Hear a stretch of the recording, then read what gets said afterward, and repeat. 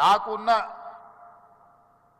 సంబంధాలు కానీ లేకపోతే నాకున్న సన్నిహిత సంబంధాల గురించి నేను పెద్దగా చెప్పాల్సిన అవసరం లేదు.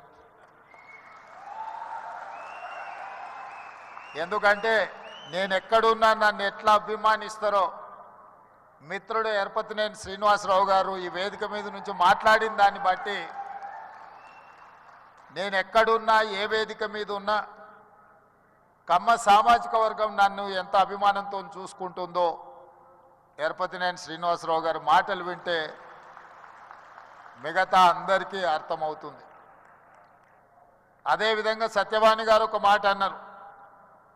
వారు మాట్లాడుతుంటే అనర్గళంగా ఏ పేపర్ చూడకుండా వారి ఉపన్యాసం వినాలి అని అనిపిస్తుంది అని.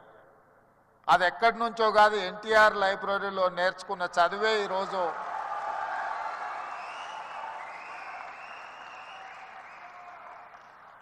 ఎన్టీఆర్ లైబ్రరీలో మేము చదువుకున్న చదువు ఇవాళ జీవితంలో ఉన్నత స్థానాలకు రావడానికి ఉపయోగపడ్డదని నేను గట్టిగా అందరి ముందు చెప్పడానికి ఏమాత్రం జంకను.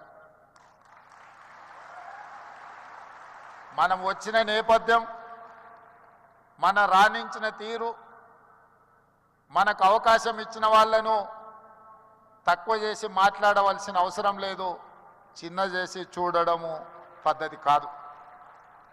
అదేవిధంగా కమ్యూనిటీకి సంబంధించిన